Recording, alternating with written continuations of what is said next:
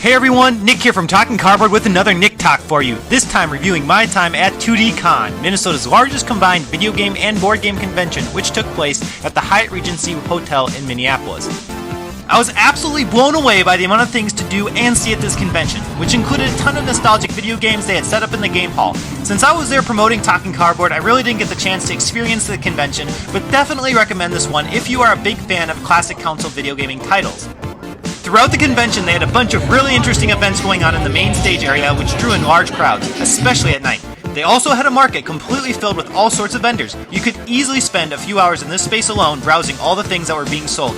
This included board games, thanks to the folks at Highlander Games, who had their own booth, which I stopped by at. Overall, 3,500 people attended this convention, and you can see it was very big. They even had a VIP lounge, but the main reason I was at 2DCon was, of course, for the board gaming. 2DCon offered a very spacious environment for board gaming that included plenty of large-sized tables and also many chairs and an equally impressive expansive board game library. What was more exciting to see was how busy the table room was throughout the convention. A section of the tabletop room was dedicated to indie board game developers. This included some familiar faces like Dead Alive Games, who Talking Cardboard collaborated with a while back, but also many new faces too. I wish I could go into more detail for each of the indie games on display.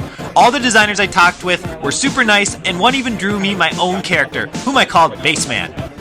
Each of the games being shown seemed to have a wide variety of themes and mechanics, and the designers were often playing demo sessions with those interested in trying their games out.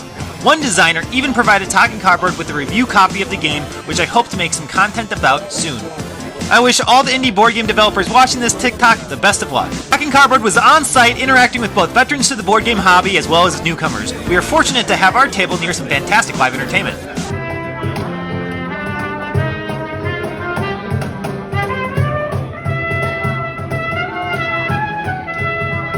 The real highlight for Talking Cardboard at 2DCon was the board game panel. Talking Cardboard had the distinguished opportunity to host a panel of board game industry leaders and talk about board games. This included panelists from publishers Earthborne Games, Fantasy Flight Games, and Adam's Apple Games, as well as from local game stores, Games by James, and the Source Comics and Games. You can watch the full panel on the Talking Cardboard YouTube page. Well, there you have it, Talking Cardboard's experience at 2DCon. I had a really great time and hope to be back next year.